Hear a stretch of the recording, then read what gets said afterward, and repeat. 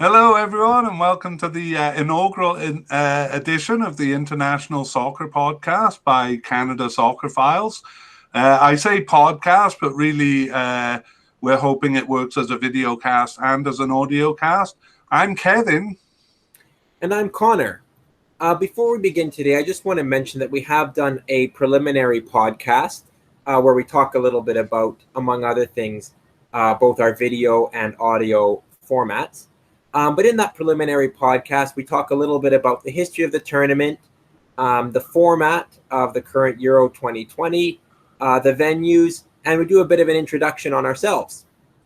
That's right. I mean, if you're listening to the audio podcast, you're not missing much. It's just a little bit of eye candy, some visuals to look at, but we say the things that are in the visuals. We're thinking of some future podcasts too. We're just starting out here, so we're not really sure. But we have suggested that we might do a players overview for the Euro 2020 teams. So we're thinking about that. We're definitely going to do a Copa America preview, which is taking place during the summer. And we may do a Gold Cup preview if we have time. Yeah, we talk about all that a bit more in our preliminary podcast, as I've said, where we also discuss some things like the FIFA versus the ELO ranking systems and a few of the terms that we use as well. But anyway, today we're going to start with Group A. That's right. And we're going to follow a format for all the groups. We'll be doing a group-by-group preview of Euro 2020. And within each podcast, there'll be a team-by-team overview. And we'll also do an overview of players. But we're considering a deeper dive podcast into that. So it'll be fairly superficial in this podcast. So in each podcast, we've broken it down into three parts. So in part one, we will begin with an overview of the group. There we'll look at the rankings, the odds, the head-to-head records, and a comparison of each size of the country. Right, and I think we have just a quick introduction to each team there too. In part two, though, there's a full introduction to each team. It's a team-by-team overview, and it's the main part of the podcast. We'll be looking at teams' long history, their recent history, their qualifying record, and as I've mentioned, a brief overview of their players. And finally, in part three, we will have a discussion on each team's prospects and also discuss our predictions for the group. All right, and you can see I am actually wearing a Cardiff shirt here. And I got to confess to a little bit of bias in this podcast, Connor, because Wales is in the group and I grew up in Wales until I was 10. I can't help it. That's all right. We're both Cardiff City fans, so maybe it's better just to put that out there. I'm wearing a shirt that shows the flags of each team competing in this Euros. It's actually from Euro 2016, but it shows the flags of all the UEFA members. So I've gone for the very non-biased approach here. Let's pretend it's for this Euro because that's cool. All right, let's begin with part one, our overview. So we're talking about Group A here. Connor, do you want to introduce us? Yeah, so Group A involves Italy, Switzerland, Turkey, and Wales. So Italy failed to qualify for the 2018 World Cup. However, they will be competing in their seventh straight European Championship. They have twice been runners-up during that spell. All right. The second team is Switzerland, who have qualified for 4 of the past 6 Euros. They've only managed to pass the group stage once in their history, and that was in the last edition in 2016. Like Switzerland, Turkey have qualified for 4 of the past 6 tournaments.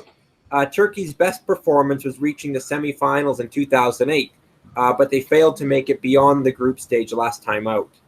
Well, one team that did make it beyond the group stage last time are Wales, competing in their second ever European Cup. They made it all the way to the semi-finals at Euro 2016. Do you think they can do it again, Connor? I'm not sure. We'll be hoping for it, but it was a pretty magical run, a bit of a Cinderella story for Wales. All right. Well, let's move on to the rankings. All Go right. ahead. Yeah.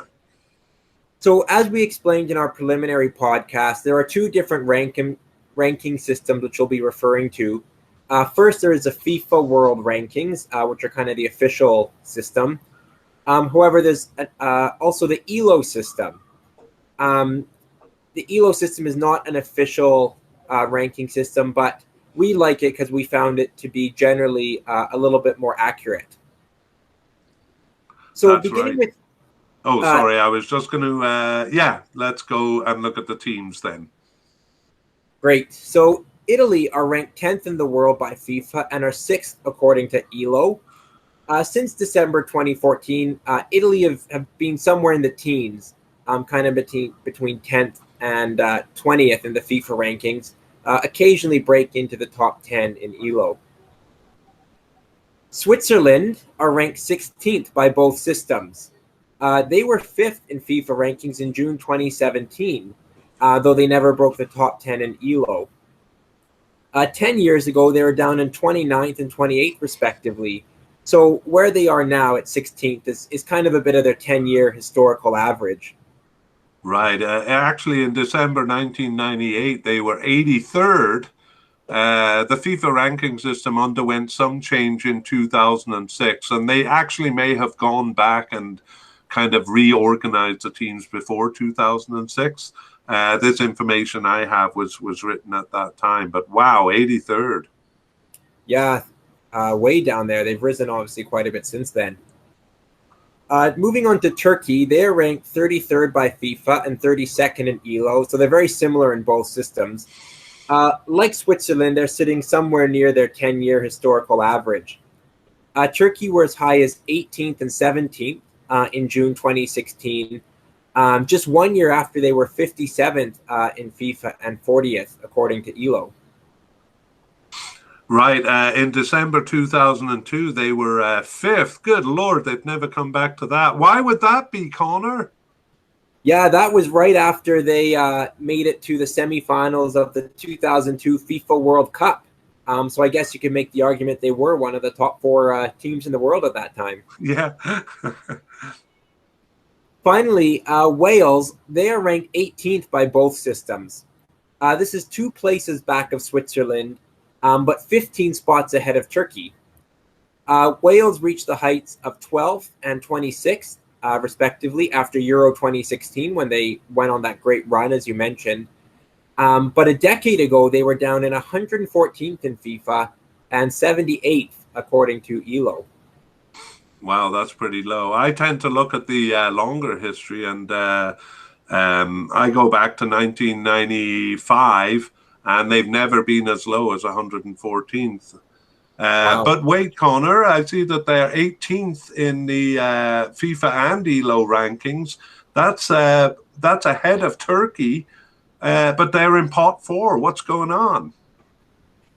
Yeah, so historically, for tournaments, UEFA has used the FIFA World Rankings and ranked teams and put them in pots based on their world rankings in order to draw for the groups.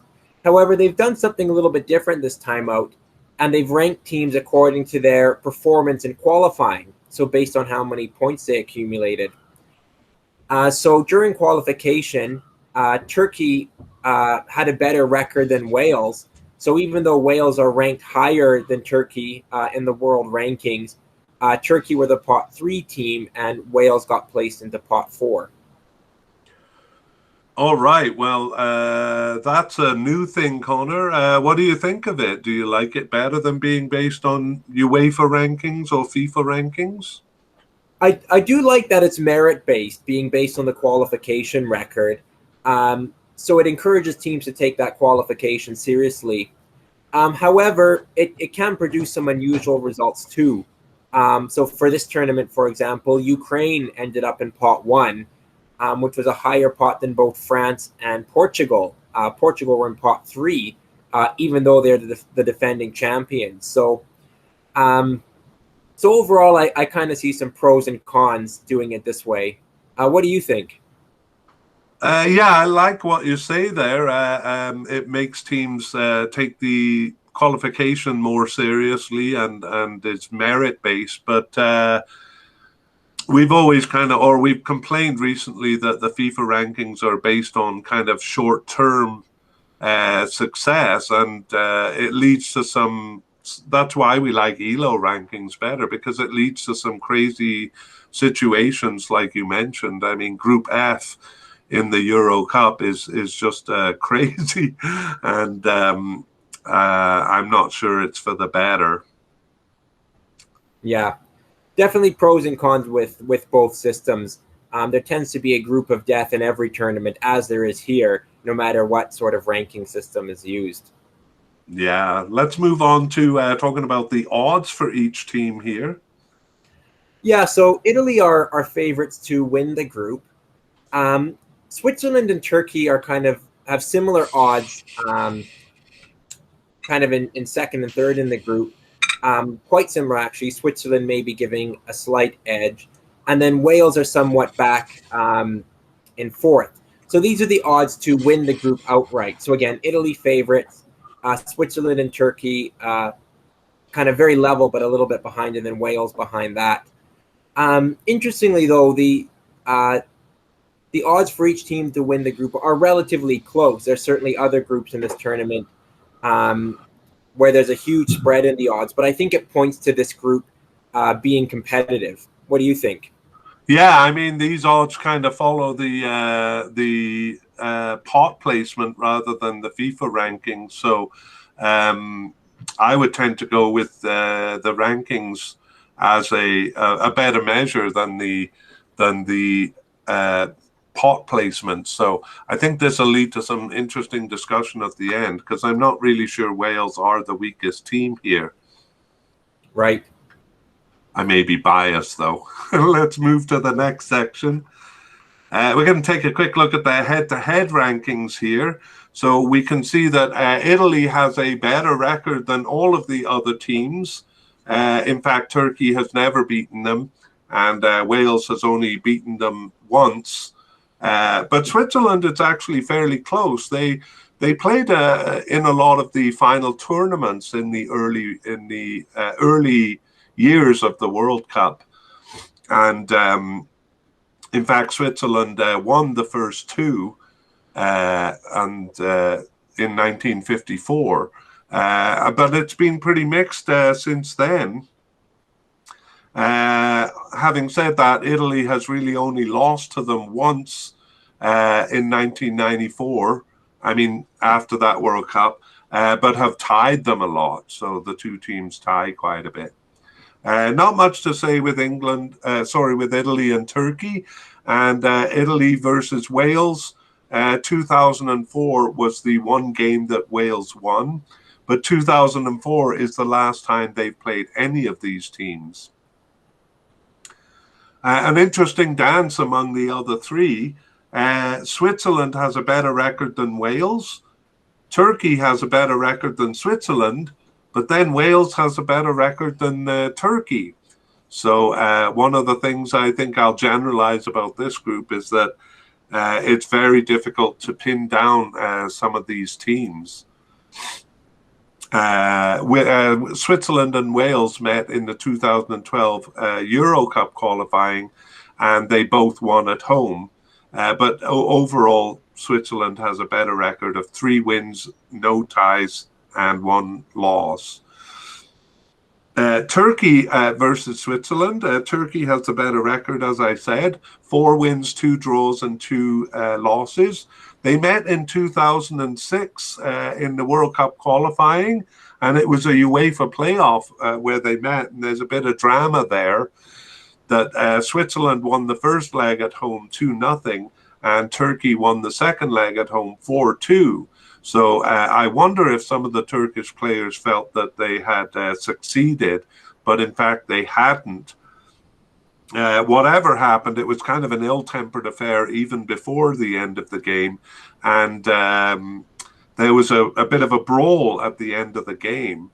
Turkey ended up receiving most of the punishment for that, and then had to play the first several games of their 2008 Euro Cup qualifying campaign outside of Europe.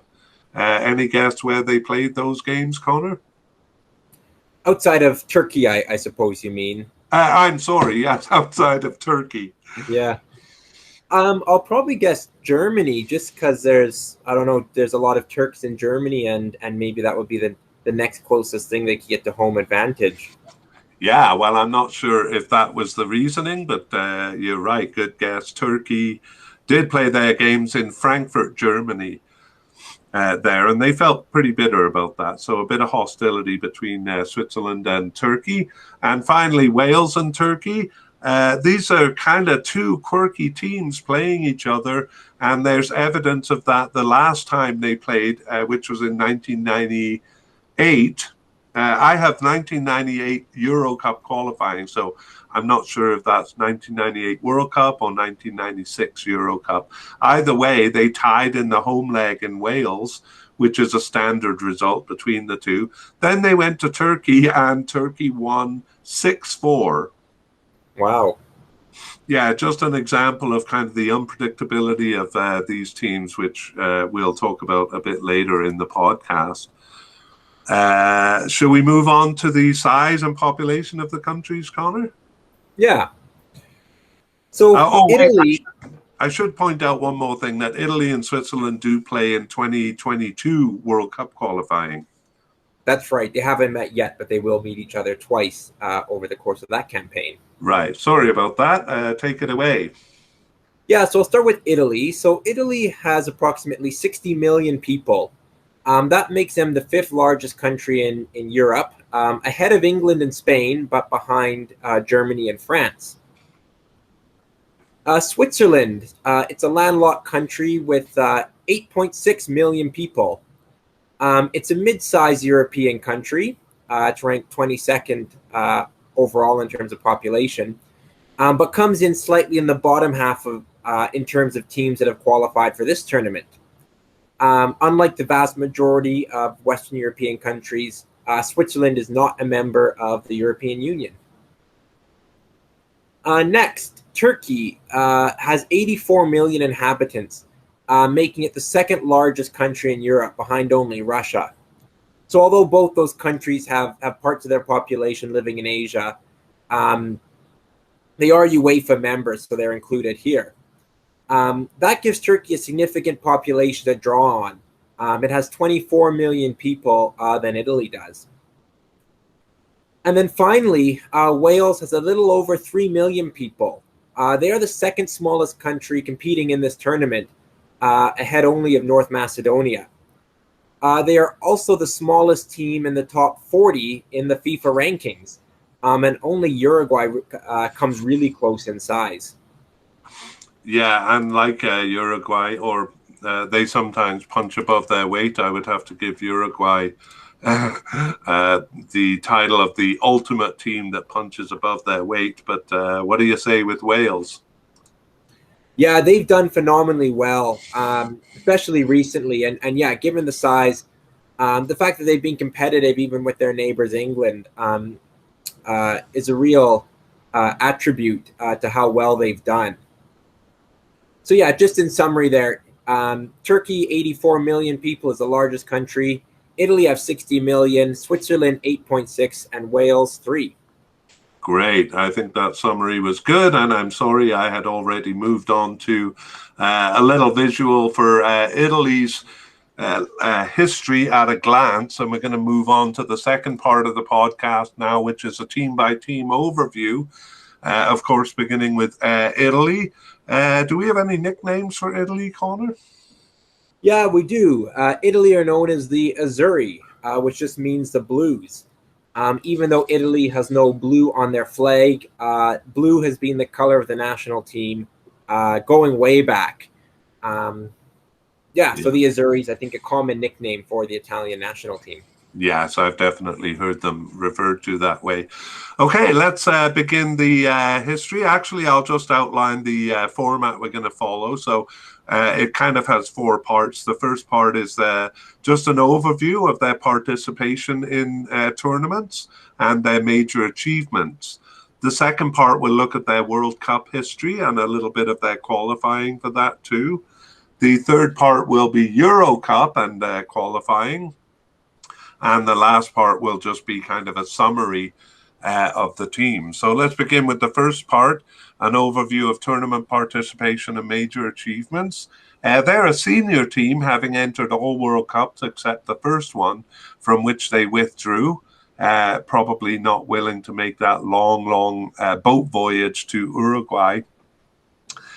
And they qualified for all the World Cups except in 1958 and the second non-qualification in, Connor? 2018. Yeah, so they have won 4 World Cups in all, including the second and the third. Those early cups are a bit tainted because there was some interference from Mussolini, especially in the 1934 World Cup, which they hosted. The Mussolini had an interview with the referee before the final game. The third cup came in Spain in 1982, and the fourth win was in 2006. For their 4 tournaments. Let's move on to their World Cup history now. They withdrew in 1930, as I said, probably due to the long trip. But they won in 1934, beating Czechoslovakia 2-1 in extra time in the final. In 1938, it was the great Hungary who they beat 4-2 in the final, Hungary being considered the best team in the world back then. And in 1958, that was the only year they didn't pass. But from 1950 to 1966, even though they reached the World Cup 4 out of 5 times, they failed to pass the group stage any of those times. So that was a pretty flat period until 1970. But in 1970, which is considered the best World Cup by many, they finished second. And they were a part of what's considered the best game of the best World Cup, or the best game ever, the semi-final with West Germany, which is dubbed the game of the century. It was 1-1 after regular time, but Italy won 4-3 in extra time, then went on to lose 4-1 to Brazil in the final. In 1982, they won their 3rd title. In fact, they tied all group stage games, tying Poland, Peru, and Cameroon. So a pretty inauspicious start, but they went on to win it. The hero was Paolo Rossi. And in 1994, they lost on penalties to Brazil in the final. The hero of that tournament was Roberto Baggio, who had carried them to the finals. Do you remember what he's famous for, Connor? Yeah, despite a great tournament, he will forever be remembered for missing his penalty kick, skying it over the crossbar. Yeah, it's a bit of a heartbreaking scene to look back on. And as you said, he really shouldn't be remembered for that, but for the heroics in actually getting them to that final. They continued to pass the group stage every time after that until 2006, where they won their 4th cup. Truth be told, they were kind of gifted a goal at the end of the game against Australia, who seemed to be increasingly dominating them. But that tournament is probably best remembered for the final, a famous headbutt and red card in extra time. Do you recall, Connor? Yeah, in quite a controversial incident, Materazzi kind of goaded Zinedine Zidane in extra time, which ended in Zidane headbutting him in the chest and then being sent off. And of course, Italy would go on to win that. In extra time. Yeah, Zidane being kind of the star of the French team. We'll take a look at the recent history, which isn't quite as good, didn't live up to that 2006 title. Do you want to talk about it, Connor? Yeah, in 2010, they failed to advance from the group stage. They were in actually a kind of a weak group, but they tied Paraguay as well as New Zealand, and then lost to Slovakia. So again, failed to advance. They also failed to advance in 2014. Although they beat England in their first game, They then lost to both Costa Rica and Uruguay, so crashed out there. And then, of course, as we mentioned, they failed to qualify for the 2018 World Cup. They finished behind Spain in qualifying, so they were a bit unlucky to be grouped with Spain in their qualifying group. And then they made it to a playoff, but they lost to Sweden. Sweden scored a goal in the first leg, and then won 1-0 on aggregate. They kind of took a page out of Italy's book and kind of stoutly defended their 1-goal lead, and it enabled Sweden to make it to the World Cup, and Italy didn't. So those past 3 tournaments, it all adds up to the fact that Italy actually haven't played a knockout game in a World Cup since that 2006 final. Wow, that's an interesting way of putting it. I hadn't really thought of it that way, but that's almost inconceivable that they would be out of the finals for so long. My own thinking is in 2008, that's very unlucky to be grouped with Spain, and I kind of blame the FIFA rankings for that. Italy had a very consistent qualification, but finished second to Spain. I guess the only thing they can really be blamed for was losing the playoff to Sweden, but a bit of a hard fall for them there. Yeah, that being in 2018. Why? What did I say? 2008. So just clarifying. My goodness. Grumble. Okay, let's get on with the long history. Part 2, kind of the Euro Cup qualifying. And for those watching the video cast, I'll just scroll down there. And for those not watching it but listening to a podcast, I'll talk you through it. The Euro Cup record, though, is much less impressive than their World Cup record. Surprisingly, they only qualified 3 out of 8 times between 1964 and 1992. And 2 of those qualifications were by dint of being host. However, when they did qualify, they did well. They won it in 1968. Actually, a coin toss kind of played a role in helping them out there. And they finished in the top 4 in 1980 and in 1988. Otherwise, there are 5 tournaments up to 1992 that they failed to qualify for, and 3 that they qualified for. Hope I'm not repeating myself there. Anyway, they qualified consistently from 1996, but their only real successes are second place in 2002 and 2012. 2002, they lost to France on a late equalizer by France in regular time, and then an extra time goal. Perhaps you'll tell us about 2012 in the recent history corner. Yeah, in 2012, Italy finished second in their group behind Spain, whom they tied. Italy went on to beat England in penalties in the quarterfinals. Then they beat Germany in the semis before meeting Spain again in the final, losing 4-0, losing to a Spanish team that really was kind of at the height of their powers, really a dynasty at that time.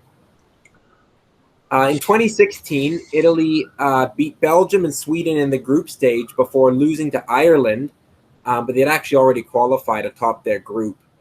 In the knockout round, Italy got revenge on Spain, beating them 2-0.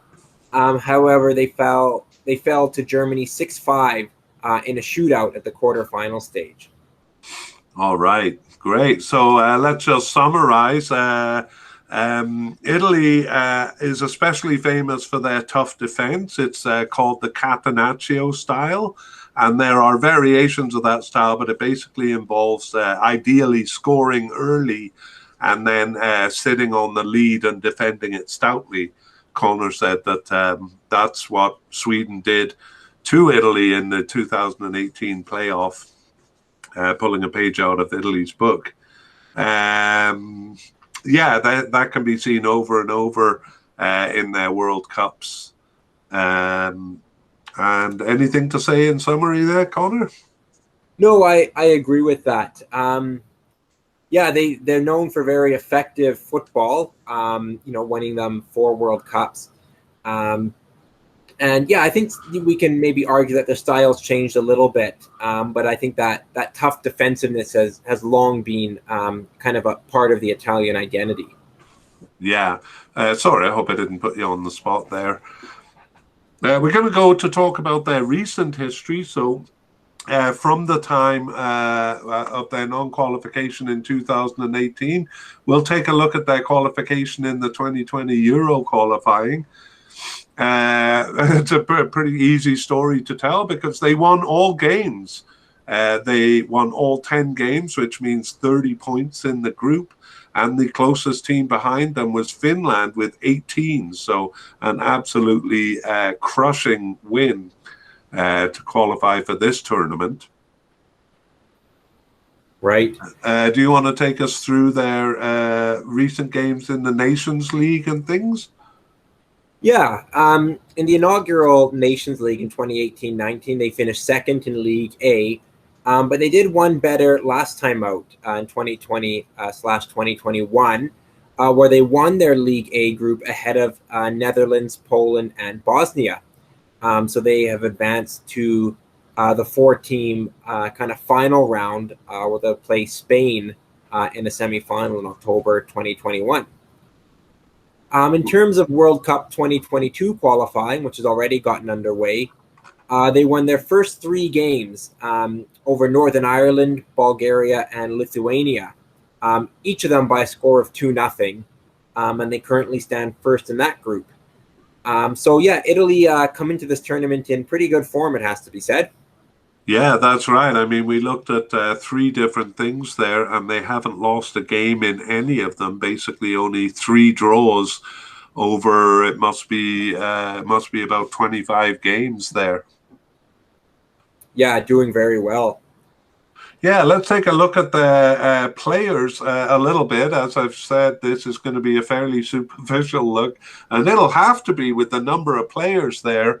There were 37 goals scored by 20 different players in Euro Cup 2020 qualifying. Yeah, the leading goal scorer, Andrea Bellotti, had just 4 goals. There are some usual names there like Lorenzo Insigne and Ciro Immobile, who each had 3. But I think it speaks to the strength of Italy as a team. Their manager right now is Roberto Mancini.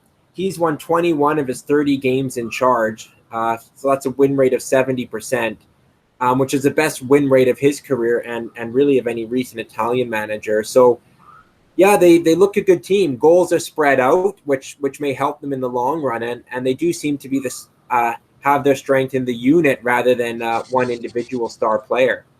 Yeah, that's right. I mean, of course, those are fairly familiar names, but not really big superstars. It seems like their goalie, Donnarumma, is maybe the closest thing to a superstar they have. Yeah, and perhaps with Italy, not surprising it's someone who's part of their back line. Yeah, well said. Okay, let's just take a look quickly at the 2022 World Cup qualifying scorers. And, it doesn't seem like there's a lot of new names there. No, some of the regulars, Ciro Immobile with two of their 6 goals. We can expect him to have a part at the play at this tournament. Yes, absolutely. Okay, well, that is it for Italy, and we're going to move on to Switzerland now. Do the Swiss have a nickname? They're known kind of as the national team within Switzerland, or as the Red Crosses, an allusion to their flag and the color of their uniform. So not ones I'm particularly familiar with, but what about you? Yeah, I think I'm familiar with the image, but not. I haven't really heard them being called by that name. Let's take a look at the first of 4 parts of their long history: tournament participation and major achievements. Switzerland missed the first World Cup. They didn't enter that cup, but they participated consistently from the second in 1934. That's also true of the Euro Cup, which they didn't enter for the first one in 1960, but then they entered every time after that. They've done much better in the World Cup than in Euro, having passed the group stage 7 times in the World Cup competition, but never passing the group stage in Euro until 2016. Right. Yeah, and just to clarify, when we talk about Switzerland participating consistently, that means they've entered the qualification process, though not necessarily have they always made it to the finals. That's right. We've talked about some of those terms in our preliminary podcast, and I got to admit they do get bandied around a little, and maybe sometimes we're not careful to separate the terms into their precise meaning. So thanks for that clarification, Connor. Looking closer at World Cup history, they were not a top team in the past, but they were a force to be reckoned with. They reached the quarterfinal in 3 of their first 4 World Cups. They reached the Cup twice in the 1960s, but then they lost all games in those Cups. It took until 1994 to reassert themselves, reaching the top 16 there.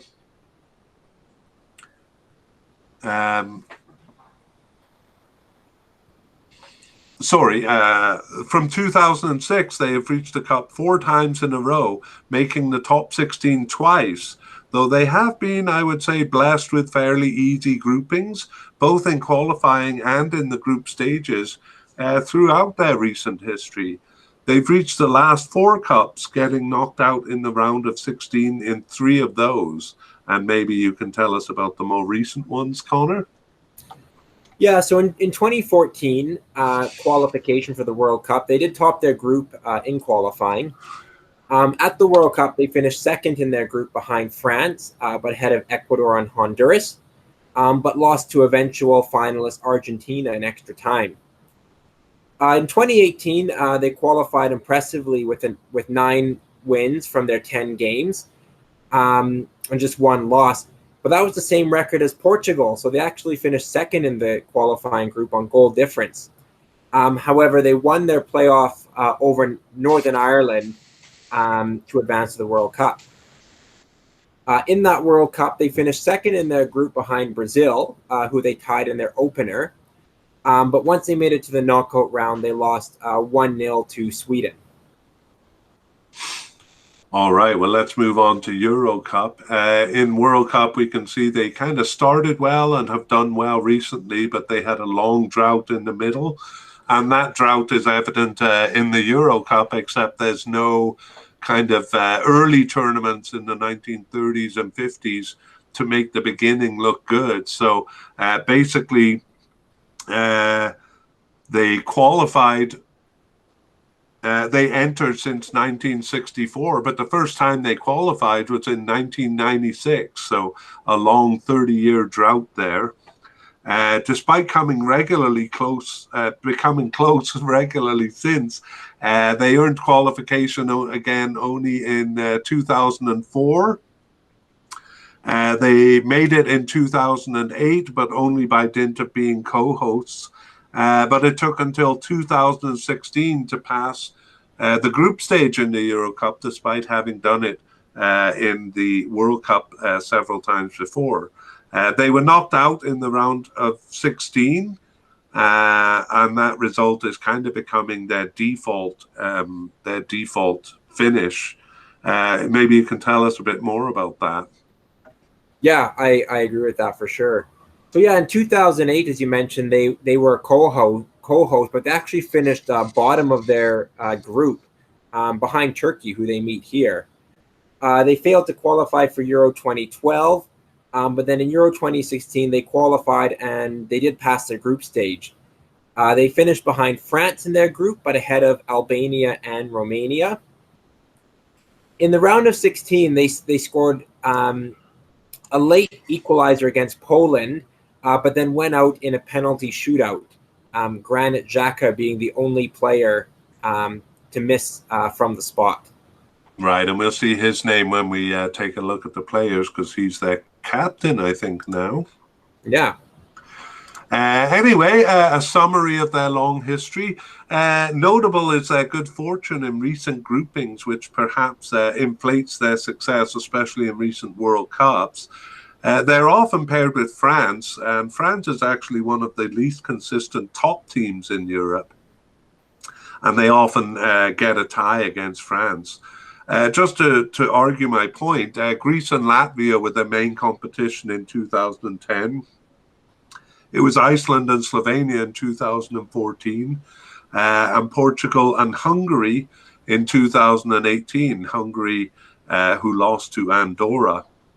In 2012, they actually failed to qualify behind Montenegro. And they've also had kind of easy grouping in the tournaments where they passed the group stage in the World Cup 2006 with Togo and South Korea.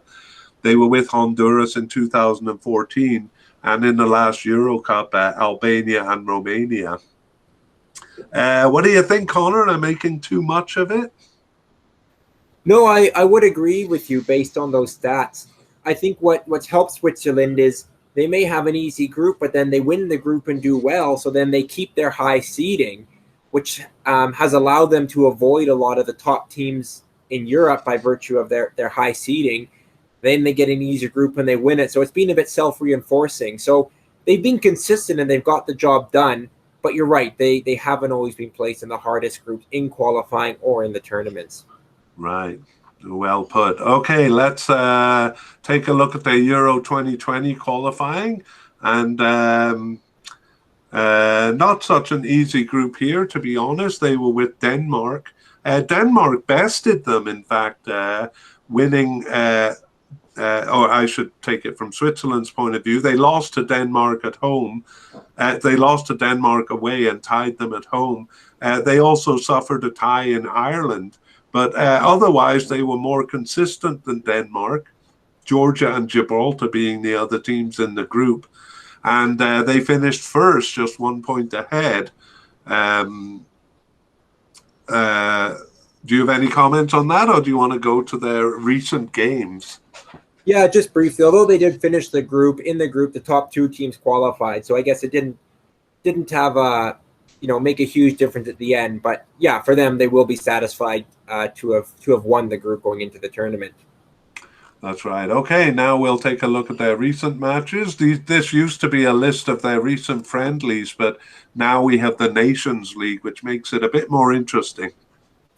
Yeah, in the first edition of the Nations League in 2018-19, they won their League A group ahead of Belgium and Iceland. They finished first on goal difference, but that goal difference was helped by the fact that they beat Belgium 5-2 and Iceland 6-0. So by virtue of winning their group, they got to the Final Four. But in that kind of mini tournament, they lost to Portugal in the semifinals and then to England on penalties in the fourth place match. In 2020/2021 Nations League play, they remained in Group A, but they finished behind Spain and Germany, only ahead of Ukraine. So that accounts for a couple of their recent losses. That's right. How about 2020 World Cup qualifying, where they actually face Italy? Yeah, they haven't played Italy yet. They've played just 2 games. However, they were a 3-1 away win in Bulgaria and then a 1-0 home win on Lithuania. So they sit second, but they've won both their games. So I guess it has to be considered a decent start for them. Yeah, that's right. You can't complain about 2 wins.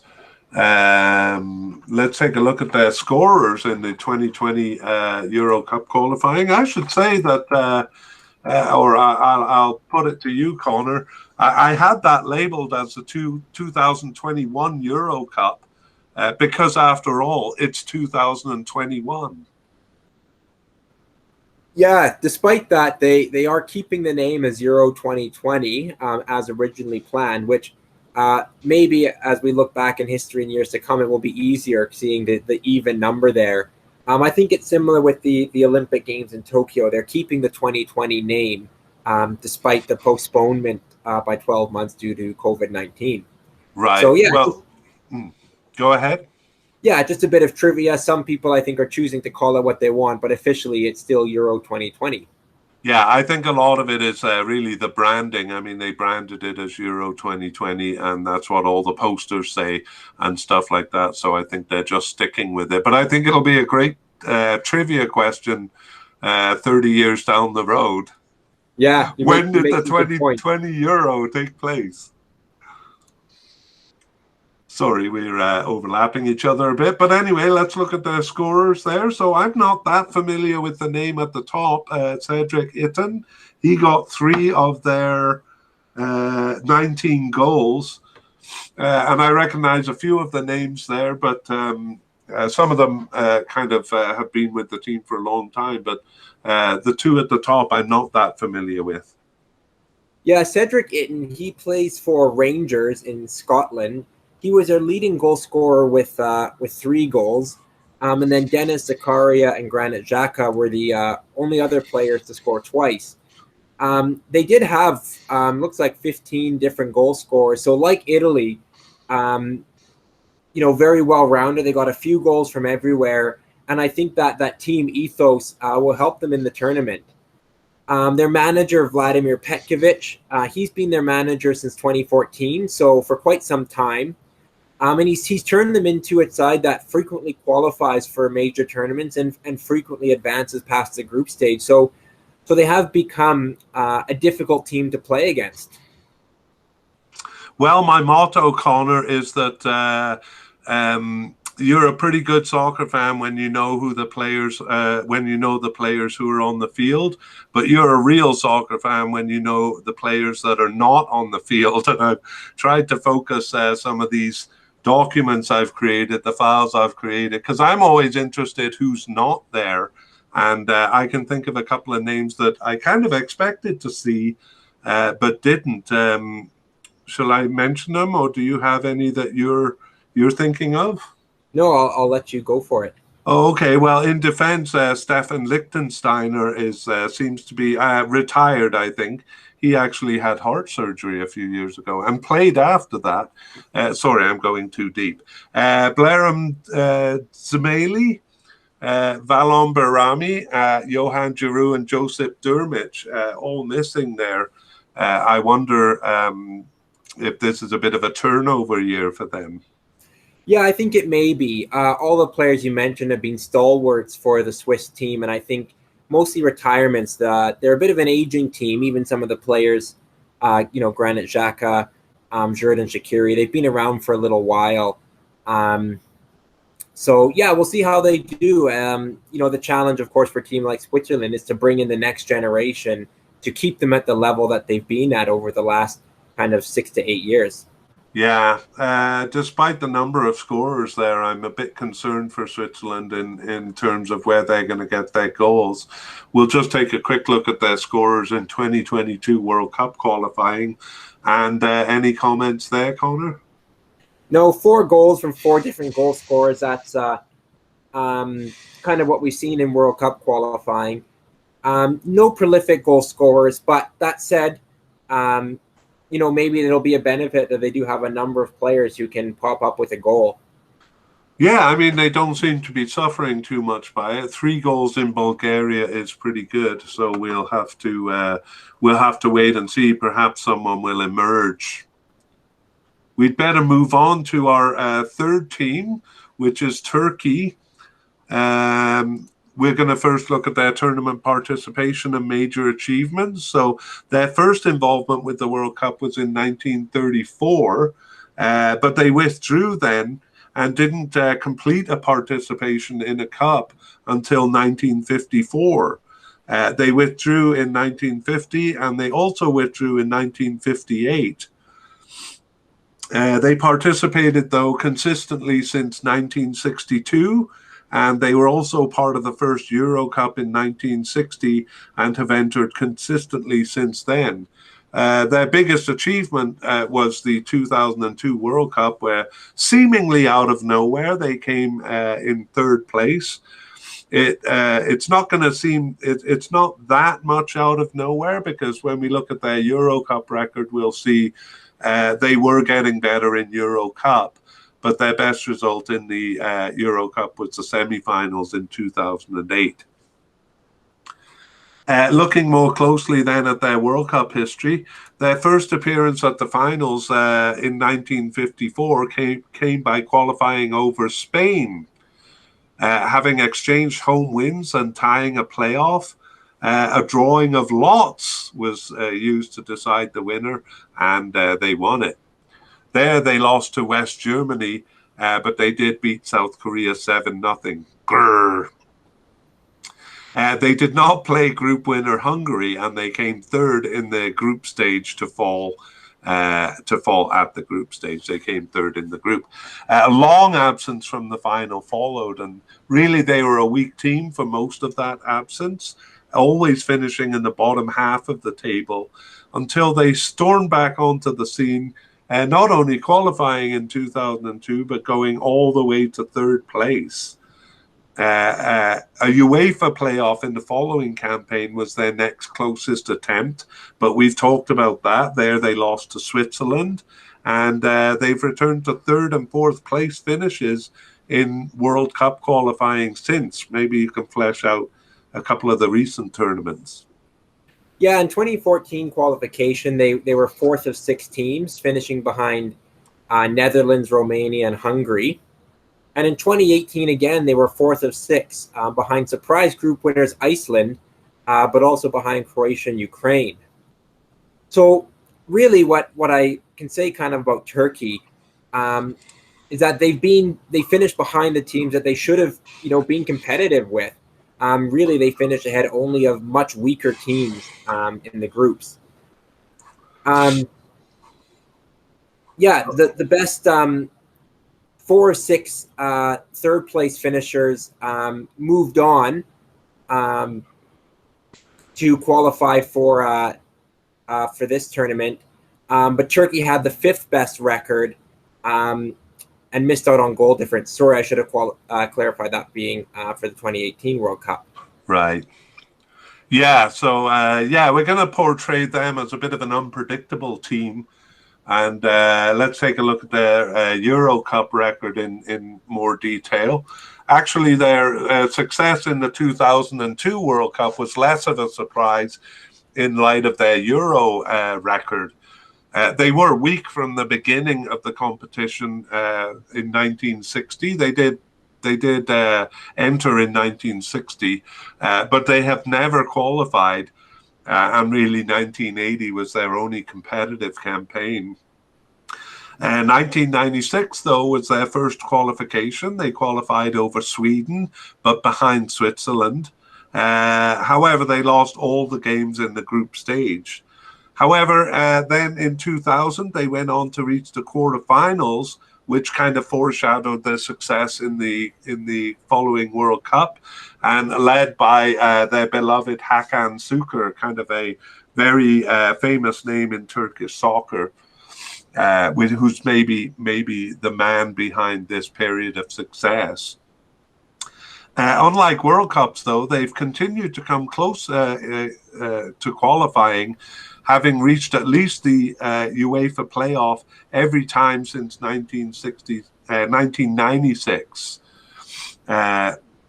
So at least the UEFA playoff. 2008 saw them qualifying for the third in 4 times, as well as passing the group stage again in a thrilling run to the semi-final of the 2008 Euro Cup. They were one of the most watchable teams there.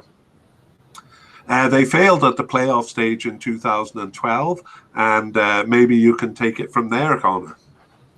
Yeah, in 2012, they lost the playoff to Ukraine, so failed to make it. But they did make the expanded tournament in 2016.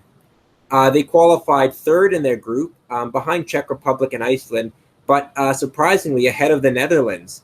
And they qualified actually despite drawing Latvia twice during that qualifying.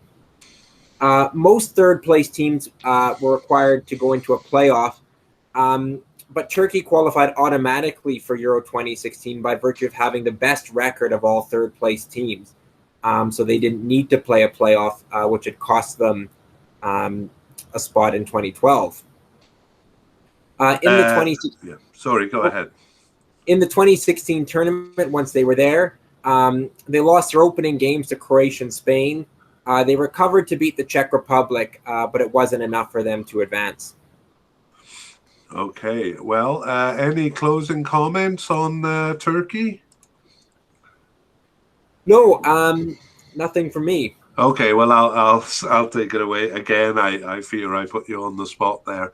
Their failure to be seen as a top team is most evident in the fact that they've never finished first in any qualification. In World Cup terms, that means 2002 was their only successful World Cup qualification. But in Euro Cup terms, it adds up to finishing second in the group 6 times. Failing to win the playoff twice. In 2016, as you said, third place proved enough to reach the expanded cup directly. Once there, they can really surprise, though, and that's why I'm portraying them as an unpredictable team. Their great performance in 2002 and 2008. That's a bit far behind them now, but their qualifications are pretty interesting. But generally, they're troubled with inconsistency even at home. So let's move on to look at their recent history and the 2020 Euro Cup qualifying for this campaign, and there. You can see some of the inconsistency, though actually not as much as usual. They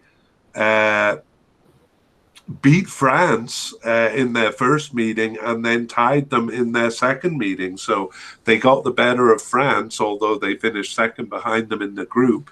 It was a loss in Iceland and a tie with Iceland at home that caused them to finish second. They were bested there. However, they were consistent over Albania, Moldova, and Andorra. Sometimes it's teams like that that can really undermine them. Do you want to take it away with their recent games, Connor? Nations League especially? Yeah, they've actually been quite poor in the Nations League. In 2018-19, they finished last in Group B behind Sweden and Russia. They would have been relegated, except the tournament got reorganized, so they were again in League B in 2020/21. But again, they finished last behind Hungary, Russia, and Serbia. So they have been relegated to League C. So in the Nations League, they only have 2 wins from 10 games played overall. So really not a great record.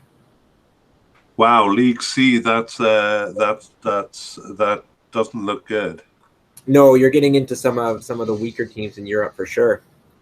Right. How about 2022 World Cup qualifying? For sure.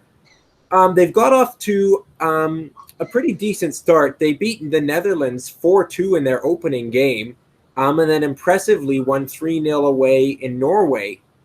However, their next game after that, they tied Latvia 3-3 at home. So that's some of the inconsistency you've talked about, as well as some of their home form letting them down, as it has done in the past. That said, 7 points from 3 games is a good start, and they currently sit top of their group for 2022 World Cup qualifying. Wow, though, that's a ghastly result. I mean, Latvia is honestly not the team they were in 2008 that made the Euro Cup. They've become a lot weaker since then, and losing to them at home is a bit of a disgrace. Do you think? Yeah, a really disappointing draw. Had they won that, they would have been in total control of this group. Yeah. Played 2 of the better teams, but as it is, that's kind of drawn them back into what's going to be a competitive group and could be a scramble for first place. Yeah, I would be furious if I was a Turkish fan. And not only does that record, that short World Cup record, show the inconsistency, it also shows the quirkiness I mentioned. Like 3-3 is a strange scoreline. Don't you think? Yeah, certainly against a weaker team and a bunch of high-scoring games for Turkey. They've scored 10 goals in their 3 games, but they've let in 5, and so they don't have full points. Yeah, you never know what you're going to get. I'm sorry, I think I keep putting you on the spot here. But let's go over to talk about some of their scorers. for the 2020 Euro Cup campaign. Connor? Yeah, Cenk Tosun, formerly of Everton, he led the way with 5 goals in qualifying. However, I think a player they'll be relying on is 35-year-old captain Burak Yilmaz. He had a sensational domestic season playing for Lille in France, where Lille won the league ahead of powerhouse PSG. So a great season for him. He scored 16 goals for Lille, and yeah, despite his age, he could be a very important player for them, and Turkey will be hoping he takes some of that form into this tournament. Yeah, I remember a couple of years ago, I had a Turkish student who was telling me about a new up-and-coming player. It was Hakan Çalhanoğlu there. I'm not really sure how he's done since there, but there was a lot of excitement about him as he was coming into the system. Yeah, I believe he's currently with AC Milan, so he's done well, and he'll be an important player for them in midfield. Great. Let's see if anything's changed in 2022. Well, you mentioned Burak Yilmaz, and he's their top scorer. 3 goals against the Netherlands in that fabulous opening win. Yeah, great start for him. And again, if he's hot, he could be the difference for Turkey in this group. Yeah. Shall we move on to Wales? I think we should. We don't want to get too long here.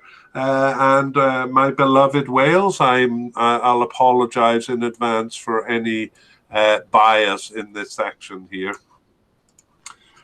Let's talk about their tournament participation and overall major achievements. Well, this shouldn't be as long as Italy because they've only made 1 World Cup. That was in 1958. Otherwise, they've really only come close in 1966 when it was hosted in England. And they have participated consistently since 1950 in the World Cup. And they missed the first Euro Cup, but they have entered every cup since then, and come a bit closer to qualifying and reaching the cup.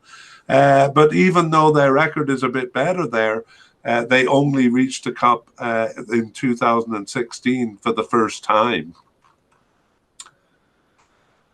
So taking a bit of a closer look at their World Cup, their single appearance in the World Cup finals was by a strange stroke of luck. Involving basically everyone refusing to play against Israel. Turkey actually dropped out of that cup because they were paired with Israel and they refused to play them. What happened is basically everybody in Asia dropped out of the tournament. There's a long history there. Israel was kind of bounced around from the Asian division to the European division. They were even in the Oceanic division for a while. But to make a long story short, Turkey refused to play them, and then Indonesia withdrew when they were paired with them. Sudan withdrew. It's just a wild history here. And eventually I think one of the runners-up in the UEFA qualification groups was drawn to play them. Initially, Belgium was drawn, but they refused to play them. And then Wales was drawn and played against and beat them 2-0 in both legs and qualified for the 1958 World Cup, where they went on to actually reach the quarterfinals. They beat Hungary along the way. Hungary, a very strong team at this point, but losing strength. And they lost to Brazil in the quarterfinals. They came close to qualifying in the next 2 campaigns in 1962 and 66, but from that time they've steadily slipped to 3rd in the group, and then 4th, and then 5th place finishes. A good patch in 2018 saw them finish 3rd for the first time since 1986. Maybe you have something to say on the recent history, Connor? Yeah, the World Cup qualification performances have generally been poor, as you said, finishing near the bottom of the group. They finished fifth of six teams in 2014 qualification, only ahead of Macedonia. But 2018 was a really positive campaign. They only lost one of their 10 games, but they tied five of them. So that really kind of was their downfall. They finished third in the group behind Serbia and Ireland. They did finish ahead of Austria, who are a good team, but came close, but failed to reach the playoffs for the 2018 World Cup. Yeah, even if it was a respectable campaign, I don't know if they'll get a better opportunity than having Serbia, Ireland, and Austria in their group. Yeah. Were they the number one seeds there because of their Euro 2016 performance? I'd have to go back and look. It may have been. They did rise dramatically in the FIFA rankings at that time. So I think you may be right. It might be Wales who were the. Yeah, I'm just thinking so because there's no real top team there. So they actually may have been the top team. Yeah. Let's take a look at their Euro Cup qualifying. It is qualifying because they really didn't reach the cup until the last one. Despite never qualifying, they 4 times were just one step away. So 1976 saw them win all games except for a loss in Austria. But then they were ousted in a playoff against Yugoslavia, who they had also finished. They also finished a point behind Yugoslavia in 1984. In 1992, they beat Germany at home to finish 1 point behind them. But in 1996, they came 6th of 6 in their qualifying group. So that's really extreme, beating Germany at home and then finish last in their qualifying group. In 2004, they won their first 4 games, including a win over Italy, who they meet here. But then they earned only a single point in their last 4 games. It was enough to get them to a playoff where they lost to Russia. And of course, 2016, they finally made good on one of these close, they finally made good on qualifying. Tell us a little bit about that, Connor. Yeah, so they qualified for Euro 2016 behind Belgium, who they actually beat at home and tied on the road. They were bested by Bosnia, but Bosnia finished third. So Wales, by finishing second, qualified directly for the tournament. In the tournament, Wales beat Slovakia in their first game. Then they lost a heartbreaker to rivals England. England scored a stoppage time winner. But they beat Russia 3-0 to nevertheless top their group. They beat Northern Ireland in the round of 16 and then met Belgium in the quarterfinals. Again, a team they beat in qualifying. Wales conceded first, but then scored 3 unanswered and won 3-1 to advance to the semifinals. There, they kind of ran out of steam, though, against Portugal. So the semifinals was as far as they got. But as far as debuts go, it was pretty spectacular for them. Yeah, and I think one of their top players, Aaron Ramsey, was suspended for that game against Portugal, was he? Yeah, he was indeed, and that really hurt them. Ramsey and Bale were obviously players they relied on and still do rely on. So him missing out, again, just kind of took a bit of the wind out of their sails. Yeah. Well, that was a great performance nevertheless. And let's do a little summary of Wales here. Actually, Wales is a peculiar team. Their campaigns usually see them finishing second last in the group, marked by a generally stingy defense. However, it's rarely a matter of losing to the strongest teams and beating the weakest, or performing well at home and poorly away. Rather, campaigns often feature away results against the strongest teams and then poor home results against the weakest team. So there was Russia in 2004. They tied them in the first leg in Russia, but then lost to them at home, for example. But the most extreme example has got to be 2008, where they lost to Slovakia 5-1 at home, and then beat them away 5-2. Oh. Yeah. In addition to that pattern, they have in 2 campaigns both taken and given points to each of the teams in the group. I'm disregarding San Marino to make that fact work, but it is illustrative. This occurred in 2002 World Cup qualifying, where they tied 6 of their 10 games. And then in 2008, which I mentioned, featuring a draw against Germany in the final game. Okay, let's take a look at their recent history. They're qualifying for this cup. They finished second behind Croatia, but ahead of Slovakia, Hungary, and Azerbaijan. And I think we can see a bit of that inconsistency in the performance. Actually, maybe not here. I mean, they lost in Hungary, but that's no crime. And tying Slovakia in Slovakia is not a terrible thing either. They managed to come out ahead despite those results, though, going undefeated at home, and were consistent over Azerbaijan. Yeah, a good home draw with Croatia gave Wales a crucial point they needed to finish in second. Yeah, definitely. That was a pretty tight battle for second place. Maybe you can take us through some of their recent results, Connor?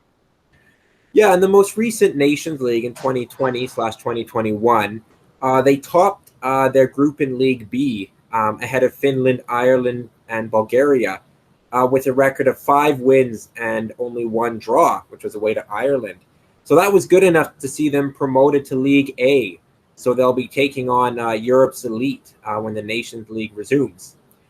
You mentioned their stingy defense. They actually conceded just 1 goal in those 6 games.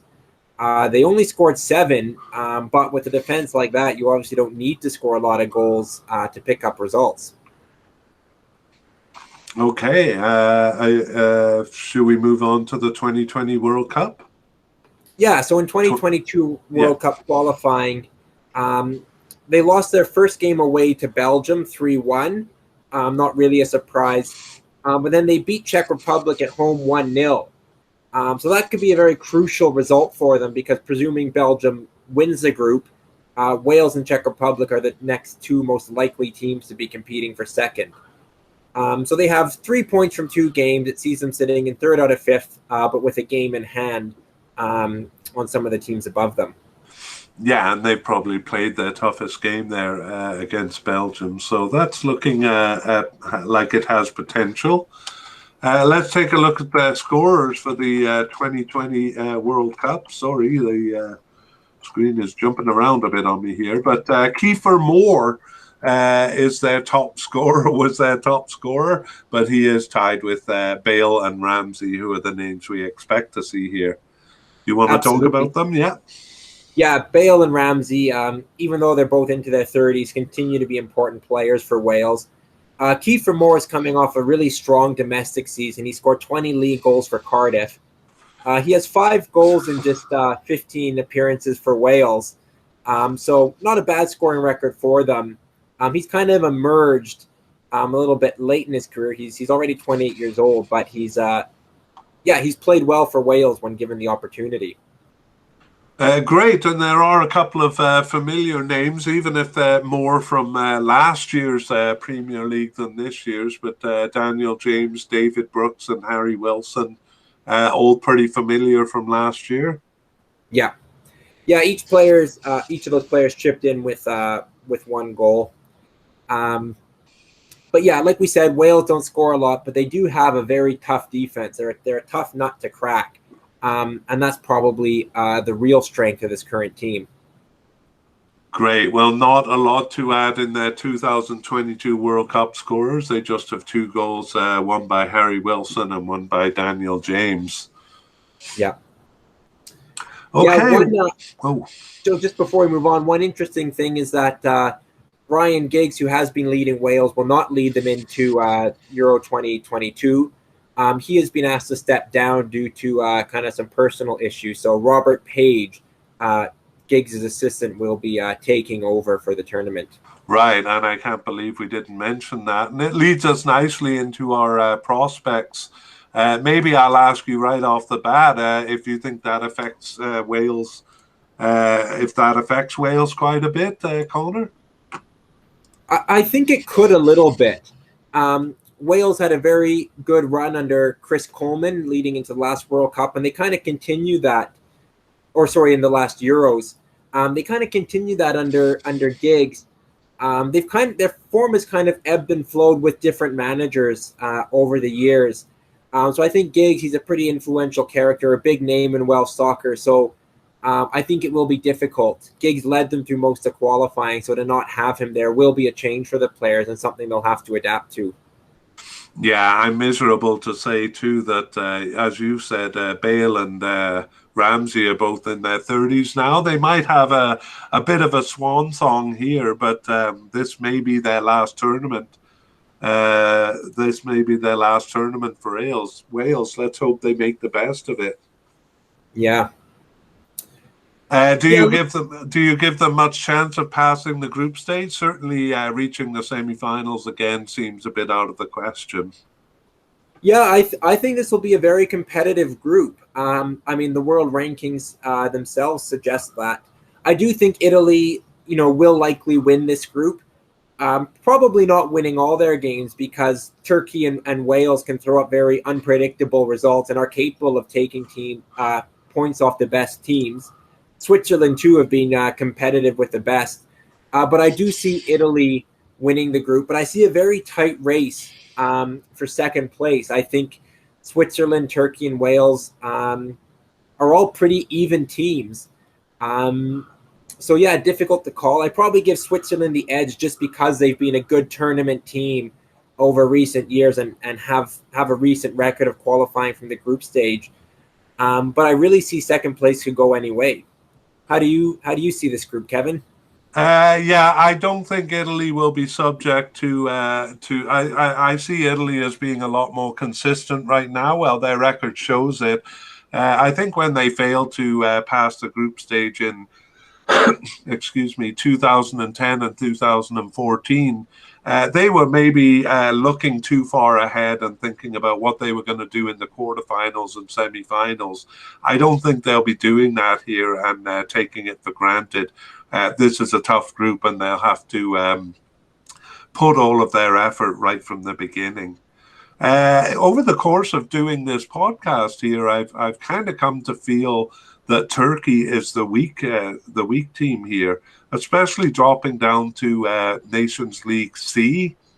And really, they've never been a really competitive team. They kind of pop up once in a while, and who knows what they'll do here. But we saw at the beginning that there was a big difference between the rankings, which had Wales ahead, and the odds, which had Turkey ahead. What do you think of Turkey? Yeah, I'm probably going to be with you here and lean towards what the rankings say. I think the rankings give a slightly better look at Turkey, kind of going over their over the last couple of years, which includes again some very poor Nations League results. They do have a striker in Burak Yilmaz, who we mentioned, who's capable of winning a game for them. But Wales, they're a strong defensive team. They've got some world-class players who can win them a game. So yeah, I maybe favor Wales to come out just ahead of Turkey. Whether that will be good enough to advance from the group, I'm not sure. But I'm going to go with the rankings on this one. Yeah, I wonder if Wales will be. I can't see them challenging Switzerland for second.